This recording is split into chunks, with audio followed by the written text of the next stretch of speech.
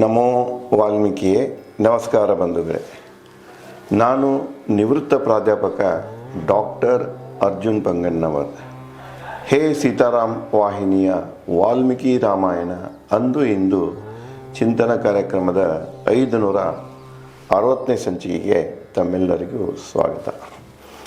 ಹಿಂದಿನ ಸಂಚಿಕೆಯಲ್ಲಿ ರಾವಣ ಸೀತೆಗೆ ಅವಳ ಮೇಲೆ ತಾನು ಬಲಾತ್ಕಾರ ಮಾಡದೇ ಇರುವ ಕಾರಣವನ್ನು ಹೇಳ್ತಾನೆ.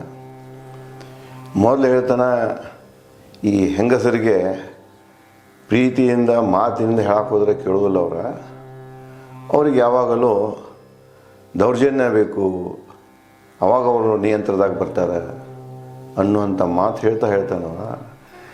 ಇಲ್ಲಿವರೆಗೆ ನಾನು ನಿನ್ನ ಮ್ಯಾಗ ಯಾಕೆ ದೌರ್ಜನ್ಯ ಮಾಡಿಲ್ಲ, ಬಲಾತ್ಕಾರ ಯಾಕೆ ಮಾಡಿಲ್ಲ ಅಂದರೆ, ನಿನ್ನ ಮದುವೆ ಆಗಬೇಕನ್ನುವಂಥ ಆಸೆ ನನ್ನಲ್ಲಿ ಹುಟ್ಟಿದೆ, ಪ್ರೇಮ ಹುಟ್ಟಿದೆ. ಆ ಆಸೆಯಿಂದಾಗಿ ನನ್ನ ಕೋಪ ನಿಯಂತ್ರಣದಲ್ಲಿದೆ. ಅದಕ್ಕೆ ನಿನಗೆ ಕೆಲವೊಂದು ಗಡುವು ಕೊಡ್ತೇನೆ. ಆ ಗಡುವಿನಲ್ಲಿ ನೀ ರಾಮನನ್ನು ಜಪಿಸುವುದು ಬಿಟ್ಟು ನೀನೇ ನೇರವಾಗಿ ಶೃಂಗಾರಗೊಂಡು ನನ್ನ ಹೆಂಡತಿಯಾಗಲಿಕ್ಕೆ ಬಂದು ಒಪ್ಪಿಗೆಯನ್ನು ಸೂಚಿಸಬೇಕು ಅಂಥೇಳಿ ಹೇಳ್ತಾನೆ. ಅದನ್ನೇ ಮುಂದುವರ್ಷ ವಾಲ್ಮೀಕಿಯವರು, ಓ ಸೀತೆ, ನೀಡುವೆ ನಿನಗೆ 2 ಮಾಸಗಳ ಗಡುವು, 2 ತಿಂಗಳ ಗಡುವು ಕೊಡ್ತೇನೆ. ನಿನಗೆ ಬಂದು ಸೇರು ನನ್ನ ಹಾಸಿಗೆ ಸ್ವ ಇಚ್ಛೆಯಿಂದ.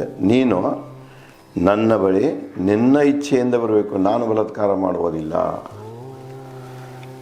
ಸೀತೆಯನ್ನು ಗದ್ದರಿಸಿದ ಕ್ರೋಧಿತ ರಾಮನ ಕಂಡು ಕಣ್ಣೀರು ಸುರಿಸಿದರು ದೇವಗಂಧರ್ವ ಸ್ತ್ರೀಯರು. ಸೀತೆಗೆ ಆಗುತ್ತಿರುವಂತಹ ನೋವನ್ನು, ರಾವಣನ ಹಿಂಸೆಯನ್ನು ಕಂಡ ಅಲ್ಲಿ ಇದ್ದಂಥ ಈ ಸ್ತ್ರೀಯರು, ಅಂದರೆ ಅವನಿಗೆ 1,000 ಜನ ಹೆಂಡಂದಿರು, ಅಲ್ಲಿ ಎಲ್ಲ ಪ್ರಭೇದದವರು ಇದ್ದರು. ಅಲ್ಲಿ ಗಂಧರ್ವ ಸ್ತ್ರೀಯರಿದ್ದರು, ಮತ್ತು ದೇವತಾ ಸ್ತ್ರೀಯರಿದ್ದರು, ಕಿನ್ನರ ಸ್ತ್ರೀಯರಿದ್ದರು, ನಾಗ ಸ್ತ್ರೀಯರಿದ್ದರು. ಅವರೆಲ್ಲನೂ ಈ ಸೀತೆಯ ಒಂದು ಗೋಳನ್ನು ನೋಡಿ ಕಣ್ಣೀರು ಹಾಕ್ತಾರೆ. ಸಂತೈಸಿದರು ಬೆದರಿಸಿದ ಸೀತೆಯನ್ನು ಕೆಲವರು ತುಟಿಗಳ, ಕೆಲವರು ಮುಖ ಹಾವಭಾವ ಕಣ್ಣು ಸನ್ನೆಗಳಿಂದ. ಅವ್ರಿಗೆ ಯಾಕಂದ್ರೆ ರಾವಣ ಇದ್ದಂದ್ರೂ ಧೈರ್ಯ ಆಗುವುದಿಲ್ಲ, ಅವಳಿಗೆ ಬಂದ ಮುಂದೆ ಕೂತ್ಕೊಂಡು ಹೇಳುವಂಥ ಧೈರ್ಯ. ಅವರು ತಮ್ಮ ನೋಟದಿಂದನೇ ಅವಳಿಗೆ ಸಮಾಧಾನ ಮಾಡಲಿಕ್ಕೆ ಪ್ರಯತ್ನ ಮಾಡ್ತಾರೆ. ಕೆಲವರು ತಮ್ಮ ತುಟಿಗಳನ್ನ ಪಿಸುಗುಡುತ್ತಾ ಸಮಾಧಾನ ಮಾಡ್ತಿರ್ತಾರೆ. ಇನ್ನು ಕೆಲವರು ಮುಖದ ಫೇಸಲ್ ಎಕ್ಸ್ಪ್ರೆಷನ್ ಅಂತ ಹೇಳ್ತಾರೆ, ದೈಹಿಕ ಭಾಷೆಗಳಿವೆಲ್ಲ. ಈಗೇನು ನೀವು ಆಡುವಂಥ ಭಾಷೆ ಇದೆ, ಪ್ರಪಂಚದ ಏನು ಮಾತಾಡ್ತಾ ಇದ್ದೇವೆ, ಲಿಪಿ ಇದೆಯಲ್ಲ, ಇವೆಲ್ಲಕ್ಕಿಂತ ಮೊದಲು ಪ್ರಾರಂಭವಾದದ್ದೇ ದೈಹಿಕ ಭಾಷೆ. ಇವರು ದೈಹಿಕ ಭಾಷೆ ಮಾಧ್ಯಮವನ್ನು ಉಪಯೋಗ ಮಾಡಿಕೊಂಡು ಸೀತೆಗೆ ಸಮಾಧಾನ ಮಾಡಲಿಕ್ಕೆ ಪ್ರಯತ್ನ, ಕಣ್ಸನ್ನೆಯಿಂದ, ತುಟಿಗಳಿಂದ, ಮುಖ ಹಾವಭಾವದಿಂದ ಆಕೆಗೆ ಸಮಾಧಾನ ಮಾಡಲಿಕ್ಕೆ ಪ್ರಯತ್ನ ಮಾಡ್ತಾರೆ. ತಿಳಿದು ಅವರ ಸಮಾಧಾನ ಸನ್ನೆ ಸದ್ಗುಣಿ ಸೀತೆ ತನ್ನ ಮತ್ತು ರಾವಣ ಹಿತಕ್ಕಾಗಿ ನುಡಿದಳು. ಅವರು ಸಮಾಧಾನ ಮಾಡುವ ದೈಹಿಕ ಭಾಷೆಯನ್ನು ಅರ್ಥ ಮಾಡಿಕೊಂಡಳು ಸೀತೆ. ಮುಂದೆ ತನ್ನ ಒಂದು ಸುಖಕ್ಕಾಗಿ, ತನ್ನ ಒಂದು ಹಿತಕ್ಕಾಗಿ, ಅದರಂತೆ ರಾವಣನ ಹಿತಕ್ಕಾಗಿ ಅವಳು ಅವರಿಗೆ ಹೇಳ್ತಾಳೆ, ಈ ದುಷ್ಕೃತ್ಯದಿಂದ ಯಾರು ನಿನ್ನ ತಡೆಯುವರೋ ಖಂಡಿತ ಅವರೇ ನಿನ್ನ ಹಿತೈಷಿ, ತಿಳಿದುಕೋ. ರಾವಣಿಗೆ ಹೇಳ್ತಾಳೆ, ನೀನು ಮಾಡಕ್ಕೆ ಹೊಂಟಿದೆಯೇ, ಇದು ದುಷ್ಕೃತ್ಯ. ನಾನು ಒಬ್ಬ ವಿವಾಹಿತ ಸ್ತ್ರೀ, ನೀನು ನನ್ನ ಪತಿ ಮೈದನ ಅನುಪಸ್ಥಿತಿಯಲ್ಲಿ ಎತ್ಕೊಂಡು ಬಂದದ್ದು ಮೊದಲೇ ಅಪರಾಧ. ನನ್ನ ಗಂಡ ಜೀವಂತದಾನ, ಈಗ ನನಗೆ ನೀನು ಮದುವೆ ಆಗಂತ ನೀನು ಬಲವಂತಿಕೆ ಮಾಡೋದು ಇದು ಕೂಡ ಅಪರಾಧ ಮತ್ತು ಪಾಪಕೃತ್ಯ. ಇದನ್ನು ನೀನು ಮನವರಿಕೆ ಮಾಡ್ಕೋ. ನೀನು ಅಷ್ಟೇ ಅಲ್ಲ, ನೀನು ಒಂದು ಪ್ರಕಾರದ ನಿನ್ನ ಮನಸ್ಸು ಮ್ಯಾಗೆ ನಿಯಂತ್ರಣ ಕಳ್ಕೊಂಡು ಹೀನ ಸ್ಥಿತಿಗೆ ಬಂದದ ನಿನ್ನ ಮನಸ್ಸು. ಆದರೆ ಇಲ್ಲೇನು ಜನ ತುಂಬಿದೆ ಅಲ್ಲ, ನಿನ್ನ ರಾಜ್ಯದಲ್ಲಿ ಏನು ಜನ ಇದೆ, ನಿನ್ನ ಸುತ್ತಮುತ್ತ ಏನಿದ್ದಾರೆ, ನಿನ್ನ ಹೆಂಡಂದಿರು ಏನಿದ್ದಾರೆ, ಅವರಾದರೂ ಮುಂದೆ ಬಂದ ನೀನು ಮಾಡುವಂಥ ಅನಾಹುತವನ್ನು ತಡೆಯಬಹುದಾಗಿತ್ತದ, ತಡೆಯಬೇಕಲ್ಲ ಅಂತ ಹೇಳ್ತಾರೆ. ಅಂದರೆ ನಿಜವಾಗಿಯೂ ರಾವಣ ನಿನ್ನ ಹಿತ ಬಯಸುವವರು ಯಾರು ಇದ್ದರೆ ನೀ ಇದನ್ನೇನು ಮಾಡ್ತಾ ಇದ್ದೀಯಲ್ಲ, ಈ ಕೆಲಸವನ್ನು ಅವರು ತಡೆಯಬಹುದಾಗಿತ್ತು. ರಾಮನ ಪತ್ನಿ, ನನಗೆ ನೀನಾಡಿದ ಪಾಪದ ಮಾತುಗಳು ಪ್ರಾಯಶ್ಚಿತ್ತ ನೀ ಮಾಡಿಕೊಳ್ಳುವೆ. ಈಗೇನು ನೀ ತಿಳಿದಂಗೆ ಮಾತಾಡಕತ್ತಿ ನನಗೆ, ಒಂದು ದಿವಸ ಹೀಗೆ ಬರ್ತದಲ್ಲ, ನನಗೆ ಏನೇನು ಮಾತಾಡಿದೀಯ ಅದನ್ನು ನೀನು ಮನವರಿಕೆ ಮಾಡಿಕೊಂಡು ನೀನೇ ಸ್ವಂತ ಪಾಶ್ಚಾತ್ತಾಪ ಪಡ್ತೀಯ ಅಂತ ಸೀತೆ ರಾವಣನಿಗೆ ಹೇಳ್ತಾಳೆ. ತುಚ್ಛವಾಗಿ ಮಾಡಿದ ನಿನಗೆ ಗೊತ್ತಿಲ್ಲ ರಾಮನ ಬಗ್ಗೆ ಹೆಚ್ಚು. ನಾ ಯಾರು ಹೇಳ್ತೆ ಅನ್ನುವಂಥ ಪ್ರಜ್ಞೆ ನಿನಗಿಲ್ಲ. ಒಬ್ಬ ಮನುಷ್ಯ ಅಂತ ನೀನು ತಿಳಿದೀಯ. ರಾಮ ಒಬ್ಬ ಮನುಷ್ಯ, ನಾ ಮಹಾಪರಾಕ್ರಮಿ, ಗುಡ್ದಾಗಿದ್ದಂಥ ಒಬ್ಬ ಸನ್ಯಾಸಿ. ನಾನು ಏನೂ ಮಾಡೋಕ್ಕೆ ಸಾಧ್ಯ ಇಲ್ಲ ಅವನಿಗೆ. ಯಾಕಂದರೆ ನನಗೆ ಬ್ರಹ್ಮಣ ವರ ಇದೆ, ನನಗೆ ಯಾರಿಂದನೂ ಸಾವ ಇಲ್ಲ, ಮಹಾಪರಾಕ್ರಮಿ ಇದ್ದೇನೆ, ದೇವತೆಗಳನ್ನು ಸಹಿತ ನಾನು ಸೋಲಿಸೇನೆ. ಇವೆಲ್ಲ ನಿನ್ನ ಹಿಂದಿನ ಇತಿಹಾಸ ಇದೆಯಲ್ಲ, ನಿನ್ನ ಗೆಲುವಿನ ಜಂಬ ಏನಿದೆ, ಅಹಂಕಾರ ಏನಿದೆ, ಅದು ನಿನಗೆ ಏನು ಮಾಡ್ತಾ ಇದೆಯಾ ಅಂದರೆ ರಾಮನ ಬಗ್ಗೆ ಸರಿಯಾಗಿ ಚಿಂತಿಸಲಿಕ್ಕೆ ಅಡೆತಡೆಗಳು ಉಂಟು ಮಾಡಕತ್ತಾವ.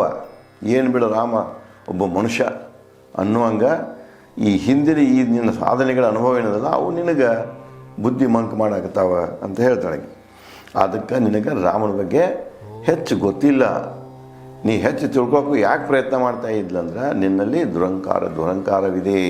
ಮುಂದುವರಿತಾಳೆ, ಓ ದುಷ್ಟನೇ, ಯಾವ ಕಾರಣಕ್ಕೆ ದಿಟ್ಟಿಸುತ್ತಿರುವೆ ನಿನ್ನ ಕೋಪಿಷ್ಟ ಟಕ್ಕ ಕಣ್ಣುಗಳು. ಆ ವೇಳೆದಾಗ ಅವಾಕಿನ ದುರ್ಗುಟ್ಟು ನೋಡ್ತಿರ್ತಾನೆ. ಅವಾಗ ಕೇಳ್ತಾಳೆ, ಇದನ್ನೆಲ್ಲ ಹೇಳ್ತಾಳೆ, ಓ ದುಷ್ಟನೇ, ಯಾವ ಕಾರಣಕ್ಕಾಗಿ ನನ್ನ ದಿಟ್ಟಿಸಿ ನೋಡಾಕತ್ತೀಯ? ನಿನ್ನ ಕೋಪಿಷ್ಟ, ಒಂದು ಕಡೆಗೆ ನಿನ್ನ ಕಣ್ಣಾಗ ಕೋಪ ಇದೆ, ನನ್ನ ವಿರುದ್ಧ ಸಿಟ್ಟಿದೆ. ಎರಡನೇದ್ದು ಅದೇ ಕಣ್ಣಿನಾಗ ನಿನ್ನ ಒಂದು ಟಕ್ಕತನ ಇದೆ, ಕಳುತನನೂ ಇದೆ. ಈ ರೀತಿಯಾಗಿ ನೀನು ಯಾಕೆ ನೋಡ್ತಾ ಇದ್ದೀಯ ಅಂಥೇಳಿ ಸೀತೆ ರಾವಣನನ್ನು ಪ್ರಶ್ನೆ ಮಾಡ್ತಾಳೆ. ಸದ್ಗುಣಿ ರಾಮನ ಪತ್ನಿ ದಶರಥನ ಸೊಸೆ ನನಗೆ ಮಾತನಾಡಲು ಹೀಗೆ ನಿನ್ನ ನಾಲಿಗೆ ಬೀಳಲಿಲ್ಲವೇ? ಸಾಮಾನ್ಯವಾಗಿ ಹೆಣ್ಮಕ್ಳು ನೋಡ್ರಿ, ಯಾರಾದರೂ ಅವ್ರಿಗೆ ಕೆಟ್ಟ ಮಾತಾಡಿದ್ರಂದ್ರೆ ಗಣಸರಾಗಲಿ ಯಾರಾಗಲಿ, ಅವಾಗ ಈ ಮಾತಾಡೋಕ್ಕಿಂತ ಪೂರ್ವದಲ್ಲಿ ನಿನ್ನ ನಾಲಿಗೆ ಬೀಳಲಿಲ್ಲವಾ ಅಂತ ಕೇಳ್ತಾರೆ. ಹಂಗೆ ಸೀತೆ ಕೂಡ ಹೇಳ್ತಾಳೆ, ನಾನು ರಾಮನ ಪತ್ನಿ, ಎರಡನೇದ್ದು ಇಡೀ ಜಗತ್ತಿಗೆ ಆಶ್ರಯ ಕೊಡುವಂಥ ನನ್ನ ಮಾವ ದಶರಥ, ಸಮ್ರಾಟ ರಾಜ ದಶರಥ, ಅವನು ಸೊಸೆ ನಾನು. ನಾ ಯಾರಂದು ತಿಳ್ಕೊಂಡ ನೀನು ನಿನ್ನ ಹೀನ ಮಾತುಗಳನ್ನು ಆಡಬೇಕಾಗಿತ್ತು. ನೀನು ಆಡೋ ಪೂರ್ವದಲ್ಲಿ ನಿನ್ನ ನಾಲಿಗೆ ಕತ್ತರಿಸಿ ಹೋಗಲಿಲ್ವಾ, ಒಳ ಬೀಳಲಿಲ್ವಾ ಅಂತಿರ್ತಾರಲ್ಲ ಹೆಣ್ಮಕ್ಳು, ಹಂಗಂತಾಳೆ. ನೀನು ಬೀಳಲಿಲ್ಲವೇ ಅಂತ ಕೇಳ್ತಾಳೆ. ಓ ದಶಗ್ರೀವ, ನಿಸ್ಸಂದೇಹ ರಾಮನ ಕೋಪಕ್ಕೆ ಭಸ್ಮನಾಗುವಿನಿ. ಈ ಎಲ್ಲ ಮಾಡೋದು ನೋಡಬೇಕಾಗಿದ್ರೆ ನಿನ್ನ ಹಣೆಬರದಾಗ ಏನೈತಪ್ಪ ಅಂದ್ರೆ ನೀನು ರಾಮನಿಂದನೇ ವಧೆಯಾಗಿ ಹೋಗ್ತೀಯ. ರಾಮನ ಕೋಪಕ್ಕೆ ಸಿಕ್ಕು ನೀನು ಭಸ್ಮಾಗಿ ಹೋಗ್ತೀಯ. ಭಸ್ಮಿಸಲಾರೆ ನಾ ನಿನ್ನ ಎನ್ನ ತೇಜದಿ. ನಾನು ಇಚ್ಛಾ ಮಾಡಿದರೆ ನನ್ನ ತೇಜದಿಂದ, ಅವಳು ರಾಜಕುಮಾರಿ, ಅವಳಿಗೆ ಎಲ್ಲ ವಿದ್ಯೆ ಗೊತ್ತಿರ್ತದೆ. ಜನಕರಾಜನ ಪುತ್ರಿ, ಅರಮನೆಯಲ್ಲಿ ಬೆಳೆದಕ್ಕೆ ಸಾಮಾನ್ಯವಾಗಿ ಹೆಣ್ಣಾಗಲಿ ಗಂಡಾಗಲಿ ಅವ್ರಿಗೇನಾಗಿರ್ತದೆ, ಶಸ್ತ್ರವಿದ್ಯೆಗಳನ್ನು ಕಲಿಸಿ, ಎಲ್ಲ ವಿದ್ಯೆ ಕಲಿಸಿರ್ತಾರೆ, ಅದರ ಶಸ್ತ್ರವಿದ್ಯೆಗಳನ್ನು ಕೂಡ ಕಲ್ತಿರ್ತಾರೆ. ಇಚ್ಛಾ ಮಾಡಿದರೆ ನಾನು ಕೂಡ ನನ್ನ ಗಂಡ ಬರೋದು ಬೇಡ, ನಿನ್ನ ಸಂಹರಿಸಬಹುದು ಅಂತ ಹೇಳ್ತಾಳೆ. ನಿಸ್ಸಂದೇಹ ಇಲ್ಲಿ ಏನಾಗ್ತಿದೆ ಅಂದರೆ ಈ ಶ್ಲೋಕಕ್ಕೆ ಭಸ್ಮಿಸಲಾರೆ ಅಂತಾಳೆ, ಸುಡಾಂಗ ಸಾಧ್ಯ, ನಿನ್ನ ಸುಡಲಾರೆ ಅಂತ ಹೇಳ್ತಾಳೆ. ಜನ ಏನು ತಿಳಿತೀರಂದ್ರೆ ಆಕೆ ಅಂದ್ರೆ ನಂತರದ ಪ್ರಕ್ಷೇಪಗಳಿವೆಲ್ಲ, ಅವಳಿಗೆ ಅಗ್ನಿದೇವನ ಆಶೀರ್ವಾದ ಇರುತ್ತೆ ಅಂತ ಕೆಲವು ಮಂದಿ ಹೇಳ್ತಾರೆ. ಇನ್ನು ಕೆಲವು ಮಂದಿ ಅಗ್ನಿದೇವನ ಪುತ್ರಿ ಏಕೆ ಅಂತ ಹೇಳ್ತಾರೆ. ರಾವಣ ಸಮೀಪ ಬಂದರೆ ಸುಟ್ಟು ಹಾಕ್ತಾಳೆ ಅವನು.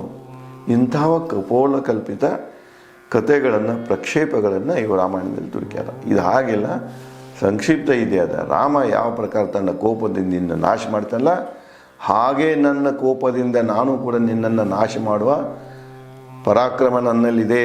ನಾ ಸಾದಾ ಹೆಂಗಸಲ್ಲ, ಮಾಡಬಹುದಾಗಿತ್ತು ನಾನು ನಿನ್ನಂತ ಎಚ್ಚರಿಕೆಯನ್ನು ಕೊಡ್ತಾಳೆ.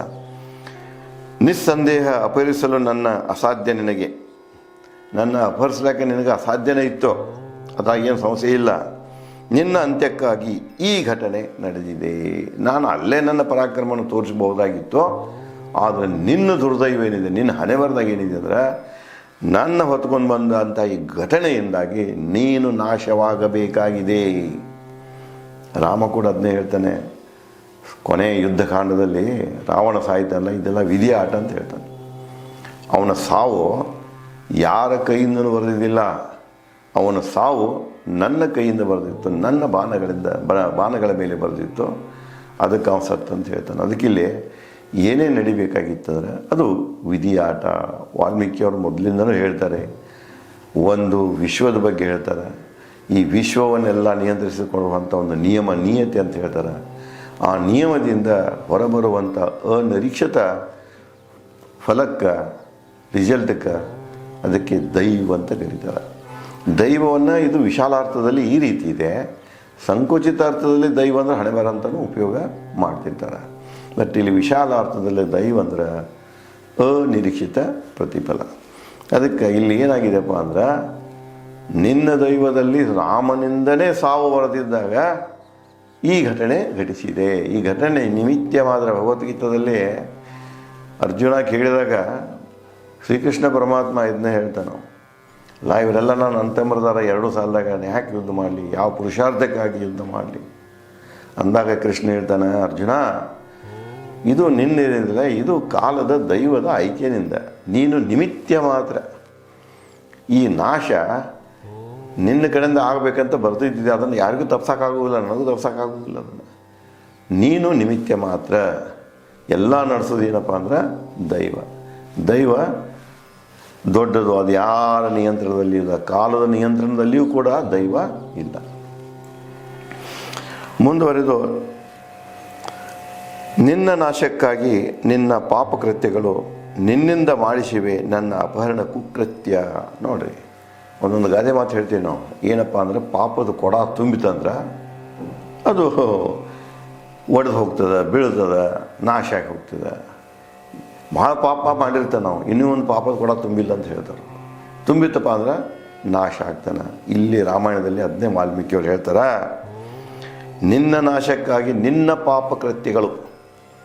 ಇಲ್ಲಿ ತನಕ ನೀ ಏನು ಪಾಪಕೃತ್ಯಗಳನ್ನು ಮಾಡ್ಕೊಂಡು ಬಂದು, ಈ ಪಾಪಕೃತ್ಯಗಳೇ ಈ ಕೆಲಸವನ್ನು ಮಾಡಿಸ್ಯಾವ. ಯಾಕೆ ಮಾಡಿಸ್ಯಾವ ಅಂದ್ರೆ ನಿನ್ನ ನಾಶ ಮಾಡಬೇಕಾಗಿದೆ. ಒಂದು ಕಡೆ ಇದೆ ನೋಡಿ, ಹೇಳ್ತಿರ್ತಾರೆ, ಸತ್ಯನೂ ಇದೆ. ಎಂತೆಂಥ ಪರಾಕ್ರಮಿಗಳು ಅಂದರೆ ದುಷ್ಟರು, ಏನೆಲ್ಲ ನನ್ನ ಕೈಯಾಗ ಐತೆ ಅನ್ನುವಂಥ ಜನ ಒಬ್ಬ ಸಾಧಾರಣ ವ್ಯಕ್ತಿಯನ್ನು ಕೆಣಕಿ ನಾಶ ಆಗ್ತಾರೆ. ಒಂದು ಸಾಧಾರಣ ಘಟನೆಗೆ ನಾಶ ಆಗ್ತಾರೆ. ಅದು ಯಾಕಂದರೆ ಅದು ಕಾಲ ನಿರ್ಧಾರ. ನನಗೆ ಯಾರೂ ನಾಶ ಮಾಡೋಕ್ಕೆ ಸಾಧ್ಯ ಇಲ್ಲ, ನನ್ನ ಕಡೆ ದುಡ್ಡಿದೆ, ನನ್ನ ಕಡೆ ಅಧಿಕಾರ ಇದೆ, ಜನ ಇದೆ ಅಂತ ಮೆರಿತಾ ಹೋಗ್ತಿರ್ತಾರಲ್ಲ, ಎಲ್ಲೋ ಒಂದು ಸಣ್ಣ ಮೈನರ್ ಮಿಸ್ಟೇಕ್ ಅವರನ್ನು ಹಾಳು ಮಾಡ್ತಿದೆ. ಅದಕ್ಕೆ ಏನಂತಾರಂದ್ರೆ, ಅವನು ಹಿಂದೆ ಮಾಡಿದ ಪಾಪಕೃತ್ಯಗಳೆಲ್ಲ ಸೇರಿಕೊಂಡು ಆ ಪಾಪಕೃತ್ಯ ಮಾಡಲಿಕ್ಕೆ ಪ್ರಚೋದನೆ ಮಾಡ್ತಾವವ. ಹಿಂದೆಲ್ಲ ಮಾಡೇನೆ ಬಿಡೋ ಮಾರೋಣ, ಎಷ್ಟೋ ಮಂದಿನ ಮರ್ಡರ್ ಮಾಡಿಸೇನೆ, ಲೂಟ್ ಮಾಡೇನೆ, ಮನೆ ಅವನ್ನೆಲ್ಲ ಬರ್ಸ್ಕೊಂಡೇನೆ, ನನಗಿನ್ನು ಯಾರು ಕೇಳ್ತಾರೋ, ಏನು ಅಹಂಕಾರದಿಂದ ಹೋಗ್ತಿರ್ತಾರಲ್ಲ, ಅವರಿಗೆ ಆ ಅಹಂಕಾರನೇ ಮತ್ತೊಂದು ಪಾಪಕೃತ್ಯ ಮಾಡೋಕ್ಕೆ ಹಚ್ಚಿ ಆ ಪಾಪಕೃತ್ಯದಿಂದ ನಾಶ ಮಾಡ್ತಿದೆ. ಅದಕ್ಕೆ ಶೀತ ಹೇಳ್ತಾರೆ, ನೀ ಹಿಂದೆ ಎಷ್ಟು ಪಾಪಕೃತ್ಯ ಮಾಡ್ಯಲ್ಲ, ಈಗ ನನ್ನ ಏನು ಹೊತ್ಕೊಂಡ್ಬಂದು ನಿನ್ನ ಪಾಪದ ಕೂಡ ತುಂಬಿದ್ದ, ಇನ್ನು ನಿನ್ನಿಂದ ನಾಶ ಕಟ್ಟಿಟ್ಟ ಬುದ್ಧಿ ಅಂತ ಹೇಳ್ತಾರೆ. ಇದೇ ರೀತಿಯಾಗಿ ಸೀತೆ ಮತ್ತೇನು ರಾವನಿಗೆ ಹೇಳ್ತಾಳೆ ಅನ್ನೋದನ್ನು ನಾನು ತಮಗೆ ಮುಂದಿನ ಸಂಚಿಕೆಯಲ್ಲಿ ಹಂಚಿಕೊಳ್ಳುತ್ತೇನೆ. ಧನ್ಯವಾದ.